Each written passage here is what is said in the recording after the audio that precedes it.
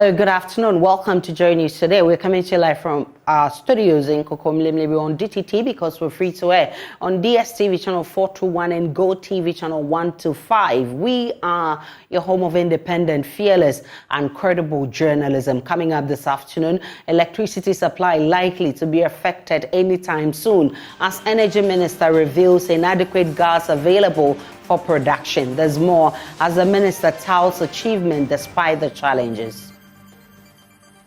Also, inadequate dialysis machines at the Komfo Teaching Hospital impacting treatment of kidney-related problems. We'll hear from nephrologists at the Komfo Teaching Hospital as dozens of outpatients queue in front of the renal dialysis unit to undergo surgery. Meanwhile, Health Minister Tofu is currently in Parliament responding to questions bordering on recent developments in the health sector. We'll take you live there for a glimpse of his submissions. We have the latest in business, sports, world news, and showbiz coming up this afternoon. My name is Aisha Ibrahim. Do stay for details.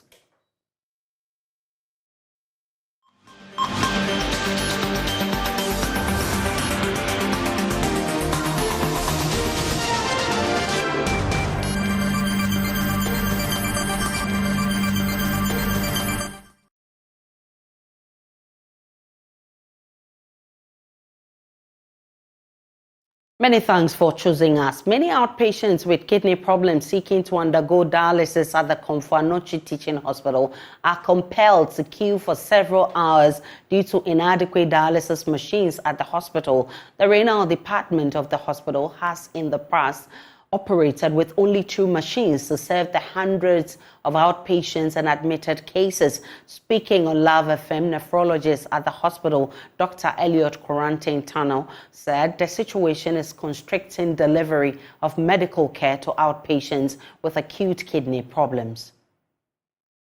That scenario you painted is an hourly scenario, it's a daily scenario, it's a weekly, we see it all the time.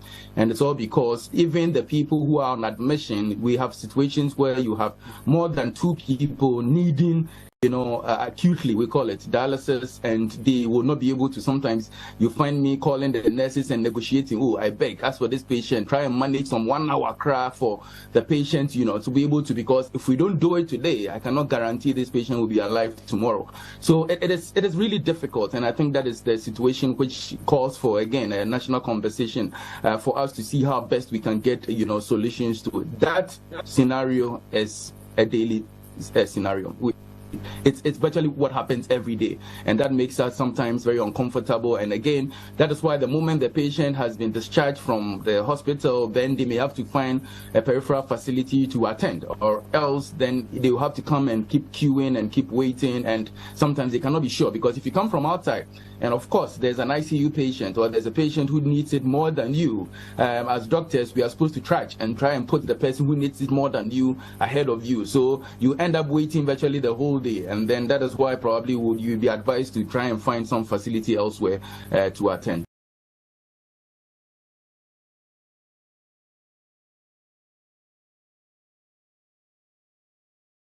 We'll be getting to Parliament to hear from the Health Minister, who is currently addressing the House. Right now, that Santehene Otumfuo said through the second has voiced his distress over the lack of progress in the fight against illegal mining, popularly known as galamsey, citing persistent threats to the life and political maligning of persons advocating against the menace. That Santehene is saddened at the intensified activities of illegal miners.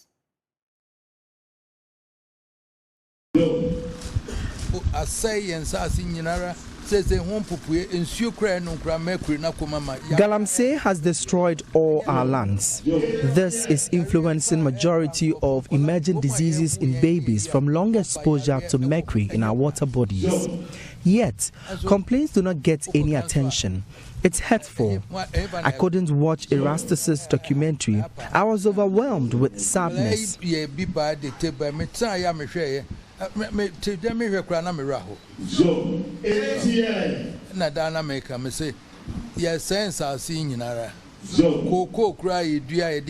We have sold arable cocoa lands for illegal activities. The new trend is gunmen threats on people who try to access these illegal sites. The whole country's security machinery couldn't fight this.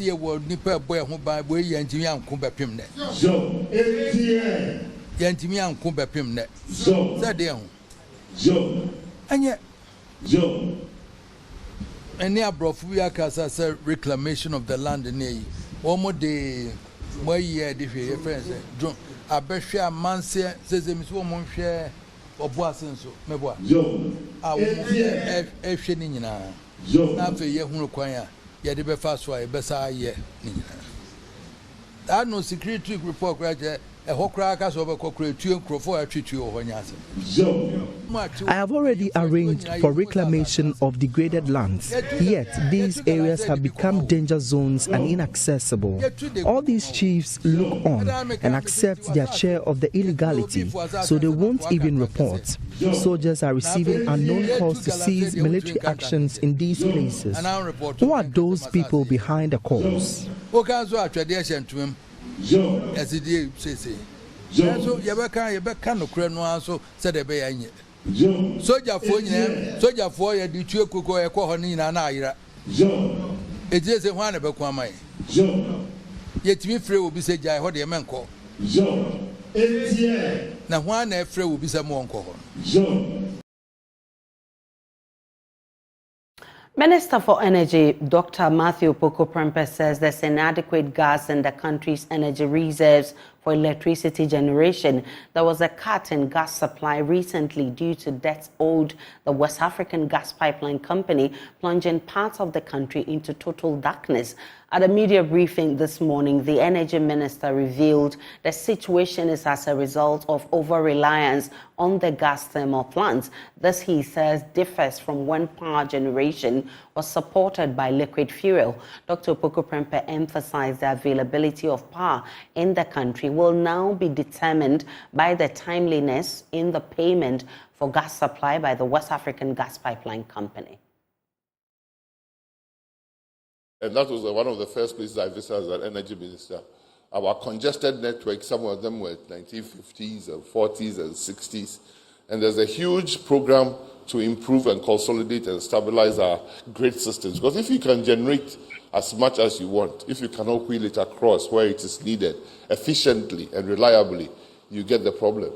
And we're getting more problems because we're producing much and we're not wheeling at least efficiently across the country. Our grid was very, very unstable. And because we are on a system such that when one side trips, you get a blackout in the country. Now we are facing a double whammy.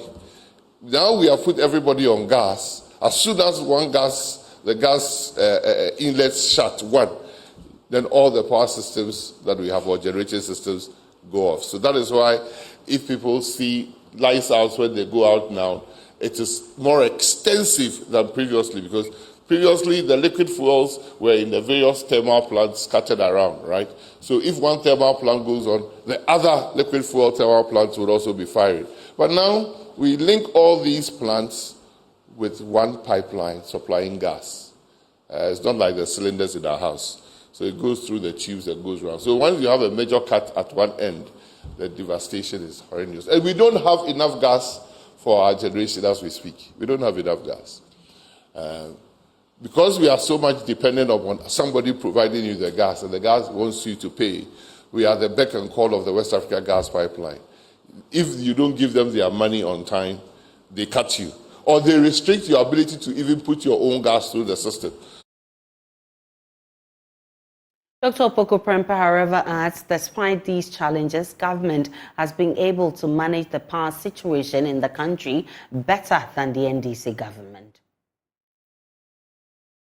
That is where we want to structure. So we have reduced the bounce within the PURC range, and we've gotten a lot of kudos with the industry because they thought we couldn't ever do that, but we have done it.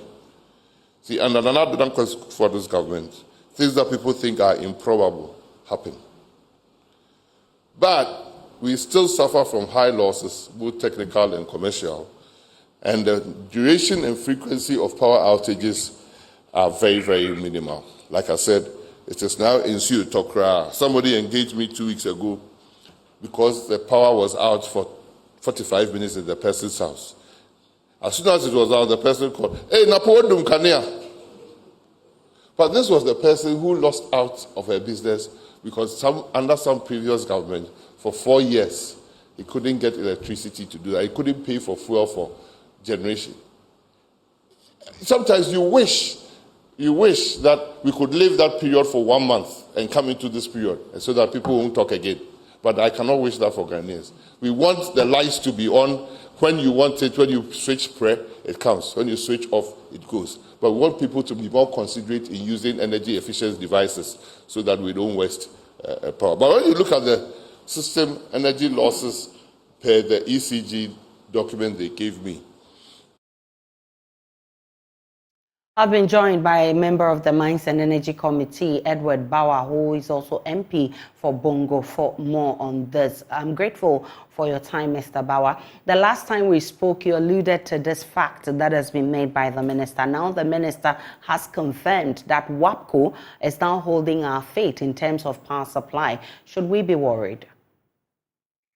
Thank you very much, Aisha. But I think that, yes, we should be worried not just because of the transportation of gas. That is just a small amount of the components that is needed to be able to make sure that our lights are on.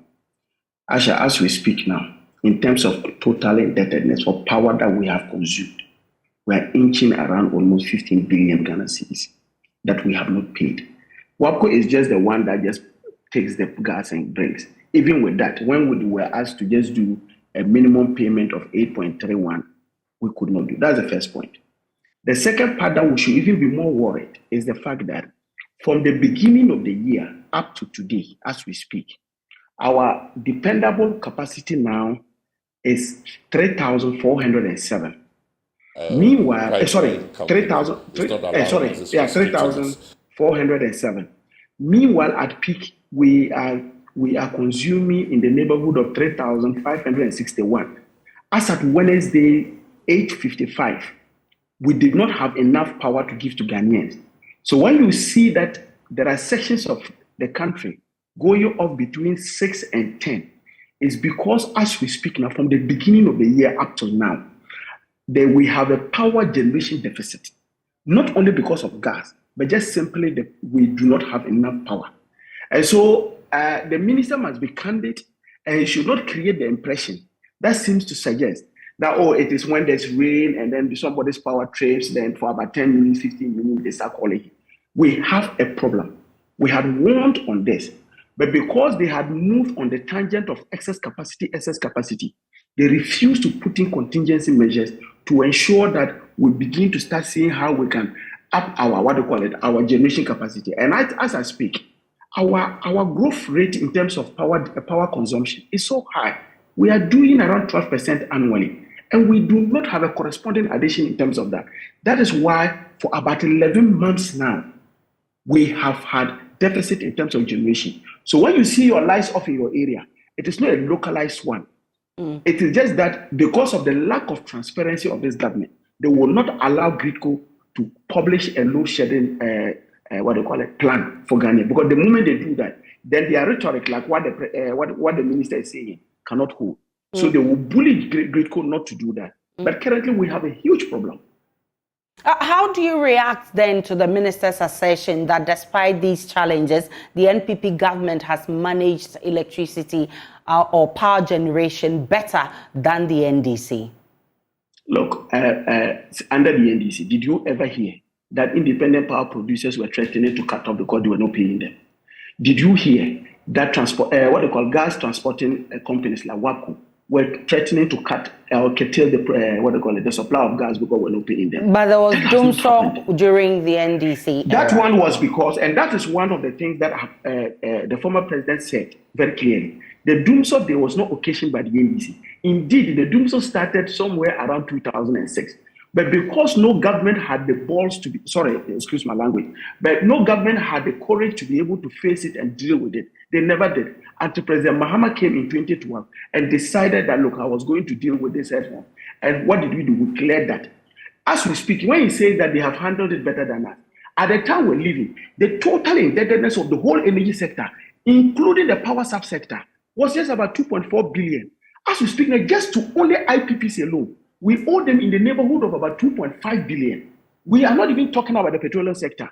So when he says that they have handled what we call it, the sector better than the NDC, I wonder what type of handling he's talking about. The NPP has been good at using PR to run this country. And I'm telling you, the rot in which we are seated in, and I will always indicate, and somebody once said, that I am not scared about what actually whoever is going to contest the NPP is. It is about what we'll discover when we come into power. The rot that we have not seen. It looks like a sore that is dried up for, but the rot is under. And that is the sort of problems that we are going to face. So the ministers should stop using PR to run that particular sector. I'm grateful for your time. Edward Bauer is a member of the Mines and Energy Committee. Let's stay in Parliament. Right now, I'm taking you to the chamber which has made where the Minister of Health is addressing the House and briefing them on the dialysis situation at the Kolebu Teaching Hospital. To thank once again the First Sky Group of companies for this massive philanthropic gesture which has supported Kolebu and patients for the last 6 years. Mr. Speaker, in view of these challenges, Kolebu has accrued a total debt of a little over 4 million Ghana cedis to its partner. Furthermore, it remains a fact that the current charge of 380 cedis for dialysis is insufficient to enable the RDU generate enough revenue to fulfill its full obligations under the contract with FMC, especially as it does not have a hedged exchange rate per annum regime. This has compromised the ability of the RDU to raise the funds required to pay for consumables procured from FMC promptly. Mr. Speaker, again, due to the high incidence of patients requiring dialysis, the total cost of care keeps rising, adding to the accumulation of debt. Mr. Speaker, it must be noted that currently patients on dialysis are not on the National Health Insurance Scheme. Mr. Speaker, the Kolebu Teaching Hospital, in consultation with the Minister of Health, has initiated discussions with FMC for review of the current contract for more flexible payment options and a more structured supply of consumables to avoid excessive delays and to ensure delivery of the outstanding 45 dialysis machines and auxiliary equipment to boost the service being rendered. Mr. Speaker, in the meantime, the RGU has been opened to the public since Monday, 6 November 2023, to add patients as directed by the ministry. The MOH has since made a request to the Minister of Finance to settle the total indebtedness of the 4 million Ghana cedis. Made a request to the Minister of Finance to settle the total indebtedness of the 4 million Ghana cedis. And the good news now is that the Minister for Finance has just approved the disbursement of this 4 million to support our patients in Kolebu. Way forward. To forestall the recurrence of this unfortunate situation, the Ministry, in collaboration with Kolebu and the Minister of Finance, is considering one of the following options: the possible inclusion of dialysis on the National Health Insurance Benefit Package, the granting of subsidies based on proposal received from Kolebu, and the possible review of the tariffs to ensure sustainability of the services. And Mr. Speaker, it may interest you to note that the private health facilities charge between 800 and 1,300 Ghana cedis for just a session of dialysis.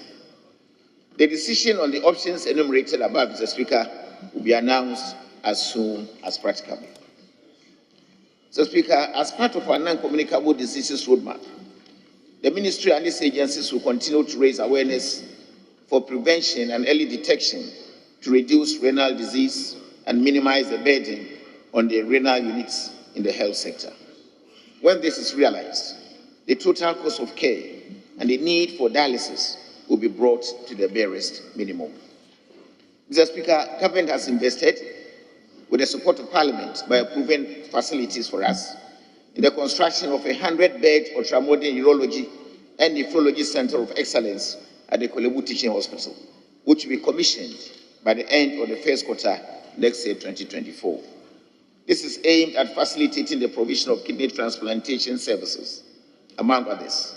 Mr. Speaker, this will further reduce the dialysis burden on the nation and the need for Ghanaians to travel abroad for these services. A local team has been trained to provide these services, transplantation services, at reduced cost, and have already undertaken the first few kidney transplantations successfully in country by our Ghanaian doctors. Mr. Speaker, I believe this is the beginning of the government's vision of making Ghana a hub for medical tourism. Mr. Speaker, I believe there is hope ahead of all of us Ghanaians. I thank you. Very well. Yes, Honorable.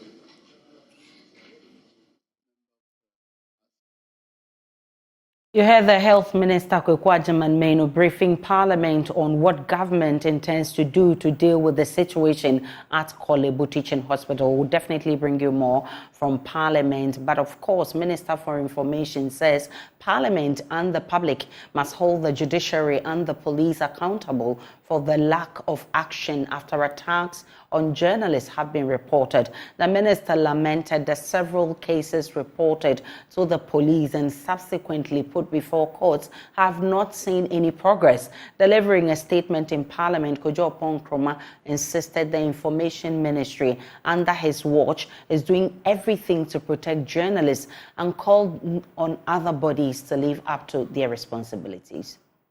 The phenomenon of attacks and intimidation of journalists is gaining notoriety in our republic. Data available to the Ministry of Information suggests that the trend is ascending. Increasingly, various actors in our society, state actors, non-state actors, political party operatives, assigns of businesses, and everyday citizens are resorting to attacks and intimidation of journalists as a means of expressing their displeasure. In the matter of investigation, the office was instrumental in investigating the attack on a CTFM journalist, Mr. Caleb Kuda. The report by the office determined that the handling of Mr. Kuda was excessive and unprofessional. Subsequently, the National Security Ministry dissolved the SWAT teams that operated under it and returned officers to their mother agencies. Other incidents of reported attacks on journalists have also been investigated by the office, with findings conveyed to security and prosecutorial agencies for action. Mr. Speaker, under the function of accountability, the mechanism has not been very successful, I regret to say. The need to hold the investigative, prosecutorial, and judicial agencies accountable for the incidents reported to them cannot be overemphasized. Holding the judiciary and prosecution accountable on a sustained basis must be the norm.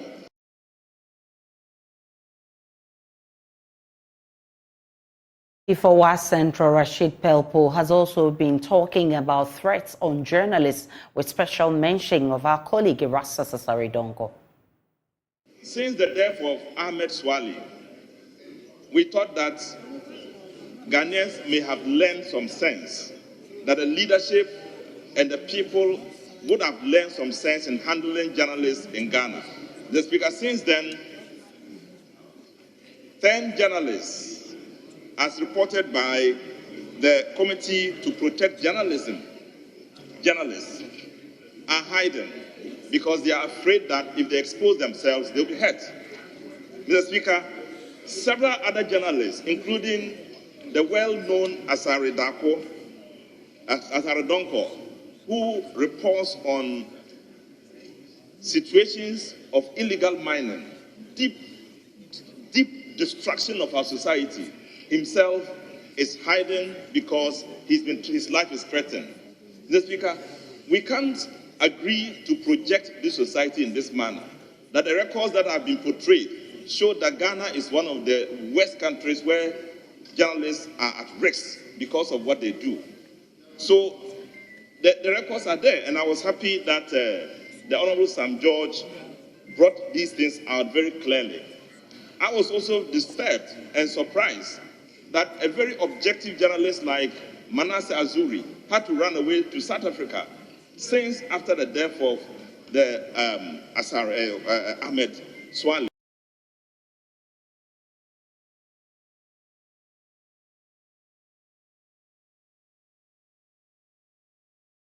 He also wants the National Media Commission resourced to deal with some of these issues.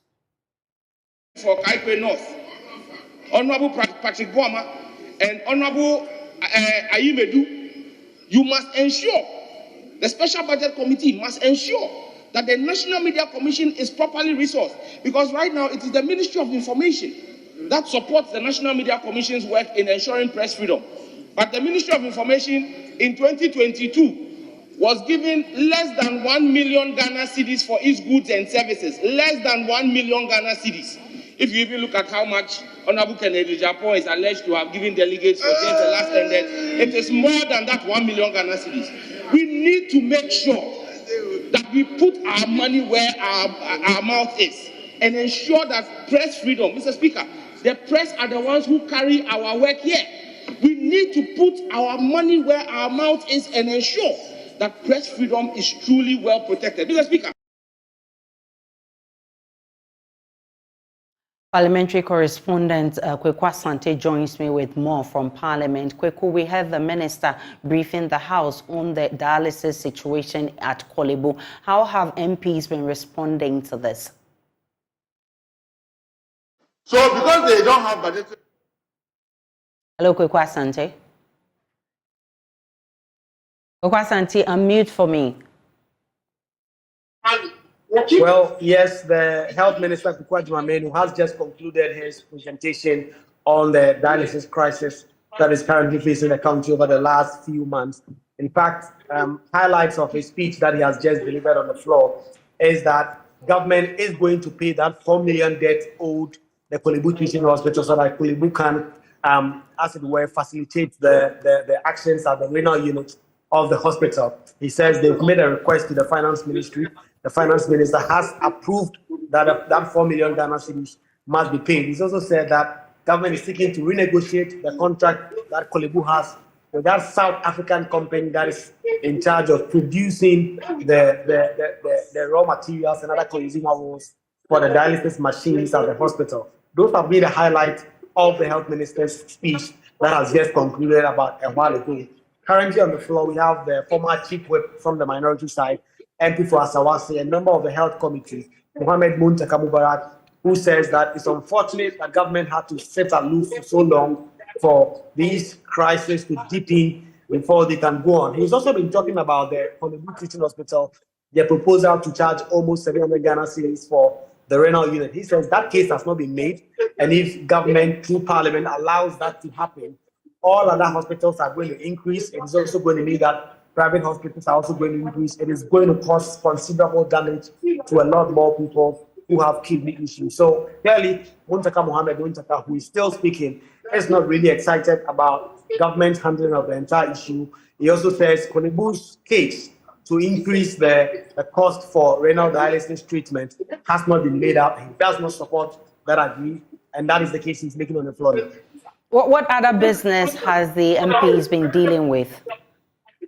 The minister has been answering questions from all over the country about health facilities, vaccines, amongst others.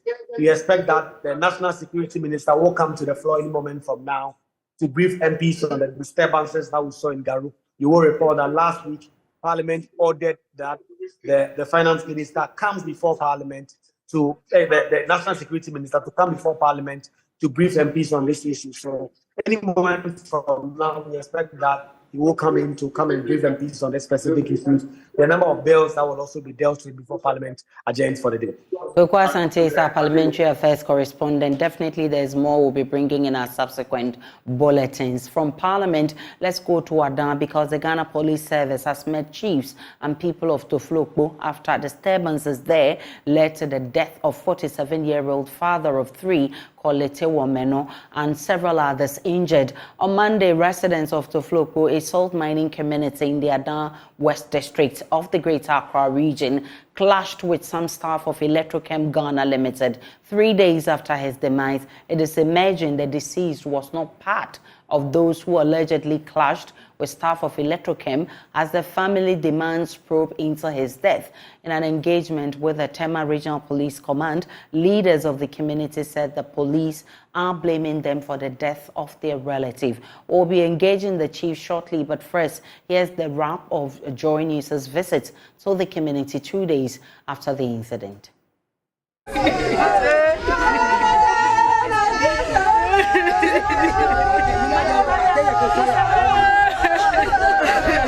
This was the mood in the family house of the deceased Quality woman who allegedly died in a clash between the residents of Tofu and staff of Electrochem on November 6, 2023 over salt mining concession. With tears rolling down their cheeks, a family spokesperson, Faustina Mamle Woman, says they demand justice. Last Monday, we were home when we heard that Electrochem, they came and attacked our workers. I was with my brother. I was even preparing something for us to eat. And my brother said, oh, what is happening? We need a defense. So he was just going through. He was going through from Salom to Lolonya.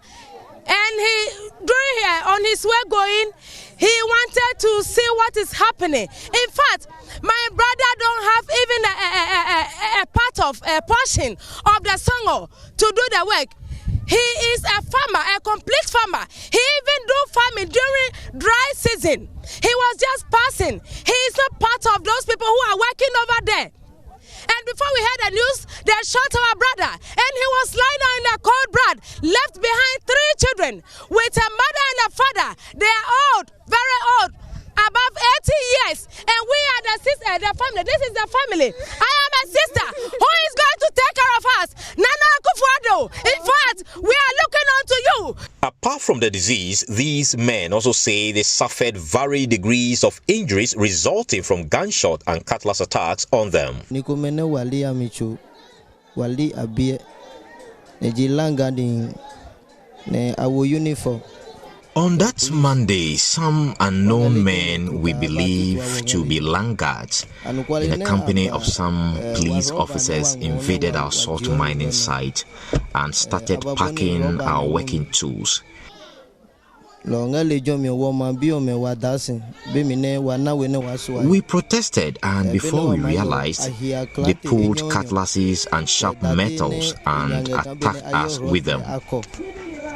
They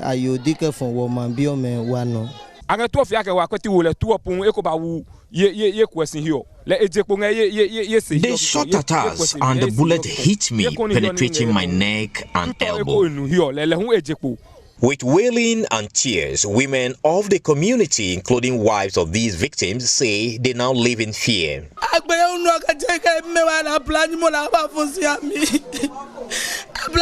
My husband was wounded in the process. I don't know how I'm going to take care of him and the kids. Speaking to Joy News, the public relations officer of the Adansongo Lagoon Association, Ibrahim Ahuma-Tete, says the government must find the killers within 14 days. Our demand is we are giving the president and the government, we gave them 2 good weeks, 14 days, that our brother that have been killed, they should prove it and let us see the killers. Those who killed our brother, we want to know them.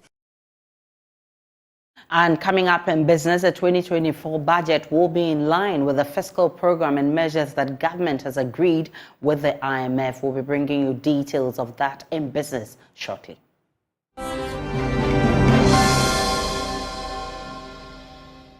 Welcome, time to do business with me, Emma Davis. As we prepare for the presentation of the 2024 budget, we expect that it will be in line with the fiscal program and measures that government has agreed with the IMF. Here's George Wiafe with more with what he's picking up. The development could mean that the Finance Minister, Ken Ofori-Atta, may come up with programs aimed at mobilizing more revenue whilst improving public efficiency in spending. However, it is not clear for now what mobilization of more revenue would actually mean. That is, whether the finance minister will be focusing on efficiency in collections or reviewing the tax rates. The minister will also be pursuing initiatives that will bring the debt stock in line with what the government has agreed with the IMF so that it will reach that sustainable level by 2028. The budget will also look at how to address some of the weaknesses in the energy sector. Financial stability will also be a critical area for government going into next year, as the minister will announce some fresh measures to help bring inflation down with support from the Bank of Ghana. Joy Business understands that some final touches are being put to the document, with the necessary briefings taking place at the economic management team level. And later, there will be an engagement at Cabinet before the actual presentation next week.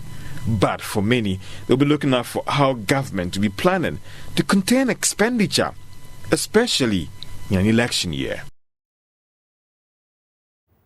Founder for the Accra Business School, Bishop Gideon Titi Ofei, is making a strong case for government to be heavy on investments for women SMEs. A report by the World Bank indicates women-led SMEs constitute about 50% of all small and medium enterprises in Ghana, a figure that underscores the economic importance. He says government's quest to support the private sector in the 2024 budget should have policies to support these women-led SMEs. Bishop Titi Ofei spoke to Joy Business at a press briefing on the Ladies in Leadership Awards. Well, access to finance is a very difficult thing for every business in this country. It's not exclusively difficult just for women, but also for other people doing other businesses. And our recent conditions in the country has even worsened having access to finance. Even if you get access to finance, it's quite very expensive. The first way to tackle it is to look at how our economy can grow. I think that government should come out with policies that can support women in this sector. And I mean, government has no business in business, but government has a say in business. And one way in which government's voice can be heard in business is to be able to provide financial support for women who are braving the storm and are initiating entrepreneurial ventures and creating jobs, increasing incomes, and reducing poverty. These women need to be helped. Lila, as we call it, Ladies in Leadership Awards, Lila is going to run every year, recognizing women from various fields of endeavor, putting them at the forefront of business and equipping them to continue to lead. There are a number of women across various fields who are doing very well across Africa, but they are not celebrated.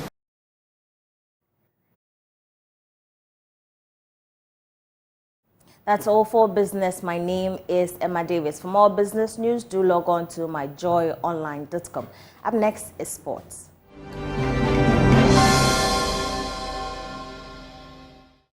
Now on Joy News today with me, Muftaro Nabila Abdullahi. On Friday, November 10, the Ghana Football Association Executive Council is expected to meet and decide on the future of Black Stars head coach Chris Hughton. That is per Joy Sports sources. Joy Sports understands that the Ghana Football Association took the decision to part company with Chris Hughton on October 20, following the Black Stars friendly matches defeat to Mexico and the USA. We are also made to understand that the Ghana Football Association had reached out to the Ministry of Youth and Sports to seek their consent before their decision to part company with Chris Hughton. But their initial request was outrightly rejected by the Ministry of Youth and Sports. And it is expected that the decision will be confirmed if Cabinet approves the decision to fire Chris Hughton later today. We understand the Sports Minister had a meeting with Cabinet on Wednesday. However, during this meeting, it was not approved. But there's also expected to be another meeting later tonight where people close to the Ghana Football Association, Chris Hughton, would be gone tomorrow on Friday. We are also made to understand that the GFA is considering George Boateng as the interim head coach of the Black Stars if Chris Hughton is sacked as head coach of the senior national team. Sources close to Chris Hughton has confirmed he is very much aware of the Executive Council meeting, which is expected to happen on Friday, and he's open to any decision that will be taken by the leadership of the Ghana Football Association. Now, let's talk club football, where head coach of Kumasi Asante Kotoko, Prosper Nathe Ogum, has accused some players within the team as politicians. According to him, the players use the media as a tool to get playing time in the club instead of working very hard during training sessions. Have some sort of, how should I say, an issue with the supporters. We are playing, we are creating chances. The goals are not coming. Even the opponent scores, and we are still creating chances. And you are hooting and booing at the players. How do they equalize? And how can they go up? If indeed you are a true supporter. And we see it elsewhere in Europe, other places. Look at when Ali played against Sundowns. Ali got a penalty, they missed. And look at Cairo International Stadium. They were still behind the team. Even when the added on time was shown, they were still there.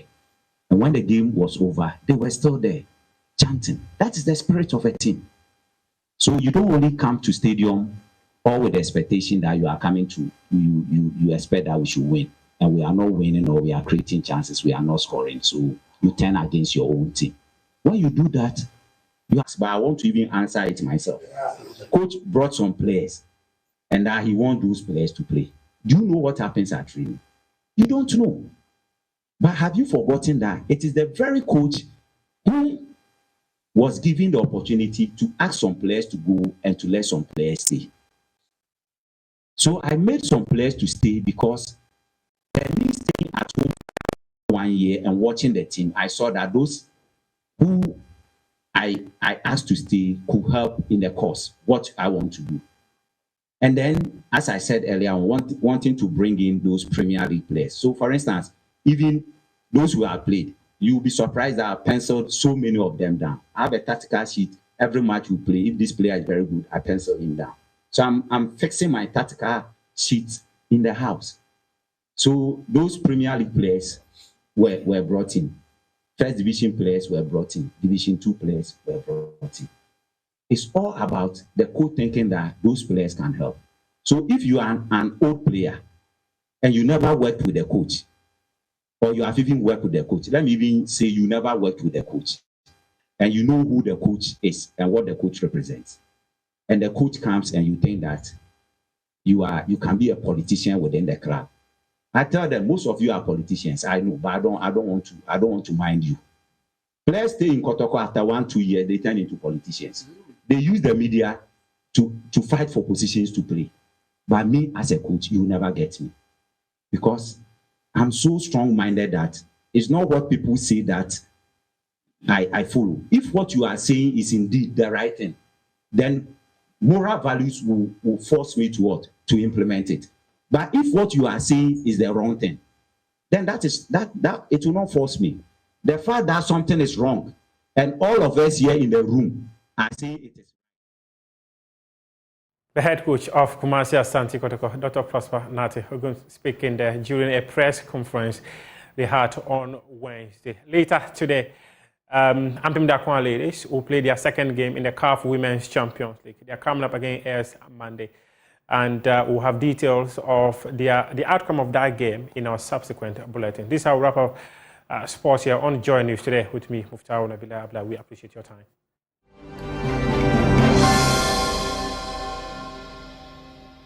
Now check out headlines, what is making headlines elsewhere. And the fighting in Gaza City is really intensifying. And there is a very serious fight near the Al-Quds hospital as tanks advance close to the hospital. Most of the buildings in that neighborhood were targeted by the Israeli military at the start of their response to the Hamas attacks on October 7. This area was heavily bombed from the air for days. Now it's being bombed from sea and by artillery units on the ground. That does it for World News. Up next is Showbiz.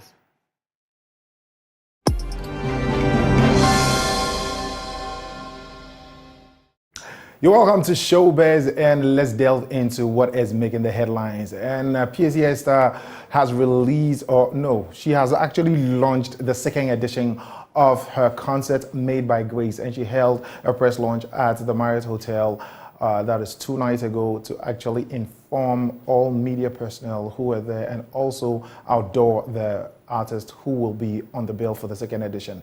And it is happening on the 3rd of December. Take a look at this report. Let's see what God will do. We're just trusting God that the Spirit of God will move on that day, because that's the essence, It's not about having people jumping and shouting, but they have to leave there with something. They have to leave there.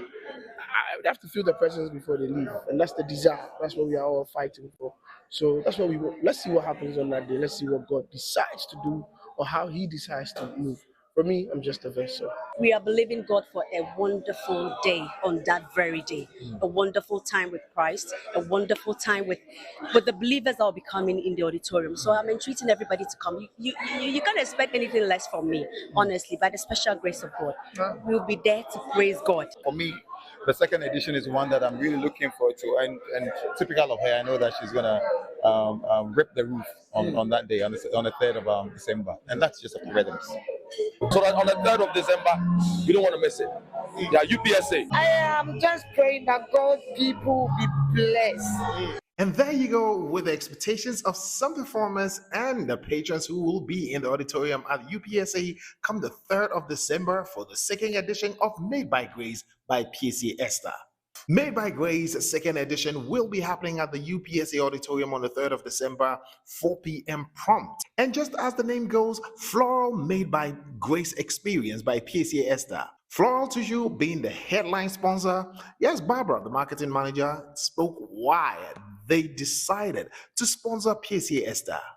Okay, it's not only people who have stories to tell. Brands also have stories to tell. I mean, we came on the market 3 years ago, and everybody can say that Flora now is a household name. And we couldn't have done this on our own.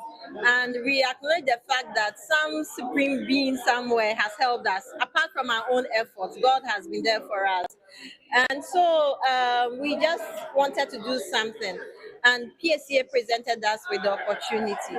I mean, when we met her and she shared her plans with us and she told us the name of her concert, we just felt like, oh, this is the time. And the name is also good for us because we can also say that God has been good to us. And Flora is actually made by grace. PSCA herself was super excited with what she had seen, and she could not hide her expressions of how the expectations will be like on the 3rd of December.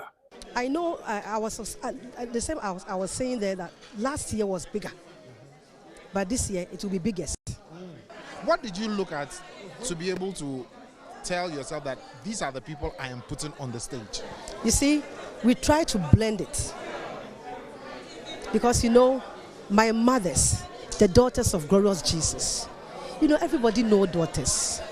I mean, when they mount on the stage, as you can see, I mean, obeying daughters say, I don't know how to describe them. This year, legendary. We decided to say, yeah, call daughters kakra. Na ya call contemporary kakra. Na ya fa ga lion kakra. Na then we go old school kakra. I mean, every corner biarano, we have to be there. So you're cutting across to save everybody. We are cutting across. And that is PSCA cutting across with her concert. And it's the 3rd of December at the UPSA auditorium. So Aisha, I'm taking you. Of course, I'm going to be there with you because it will be biggest. Yes, that kind of thing. Yeah, definitely. That's how we wrap up the bulletin this afternoon. My name is Aisha Ibrahim. Log on to myjournline.com. There's more of the news and updates of all the developing stories. See you again tomorrow.